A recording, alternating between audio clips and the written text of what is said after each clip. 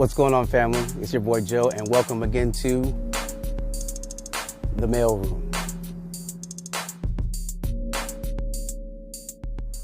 All right, so family, I know that we've been talking a lot about how kind of hectic and just interesting 2020 has been. For me, when things kind of get hectic like that, or when things are kind of just way out of place, I like to kind of default back to, like, I call them my old vacation Bible school or Sunday school stories. One of my favorite stories of all time is the Good Shepherd, the 23rd Psalm.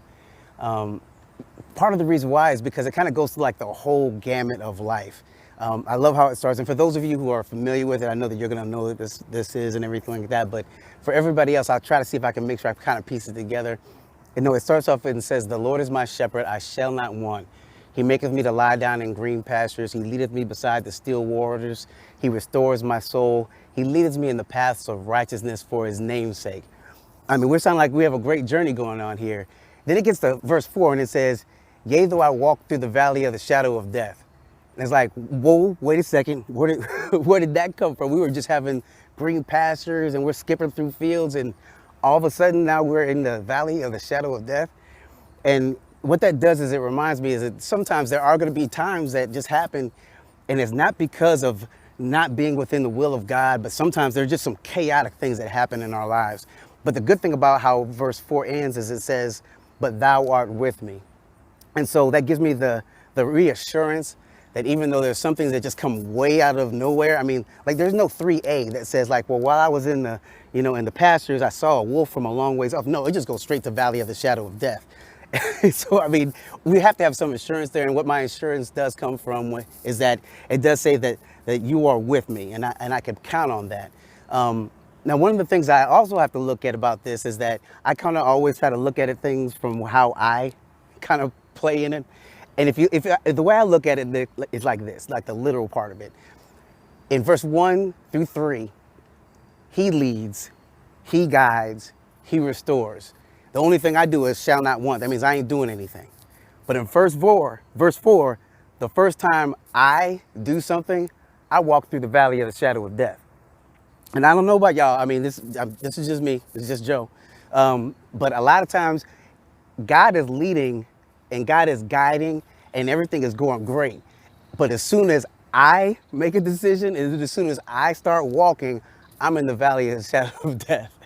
But again, I still have that assurance that, that thou art with me. And then, like, the next verse, this is kind of really applicable to me. It says, "Thy rod and thy staff, they comfort me." Now, for those of you who might not be familiar with how shepherds walk and how they roll, that rod is not like, hey, that rod is like when the sheep kind of get out of line, they kind of tap them a little bit. And that staff is like when sheep are not incredibly intelligent individuals, and they're not great creatures in that way. I mean, they will walk off of a cliff.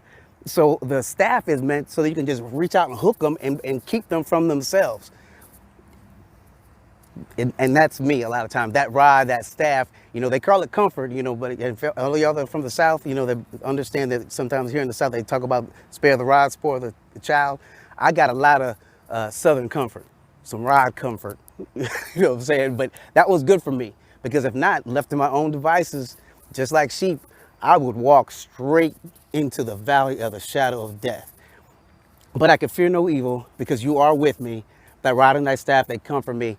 And then, because I've gone through the valley now and I've made some enemies, you even say that now that I've kind of gotten in line, I will prepare a table before you in the presence of those enemies. The enemies that sometimes I created by the decisions that I made.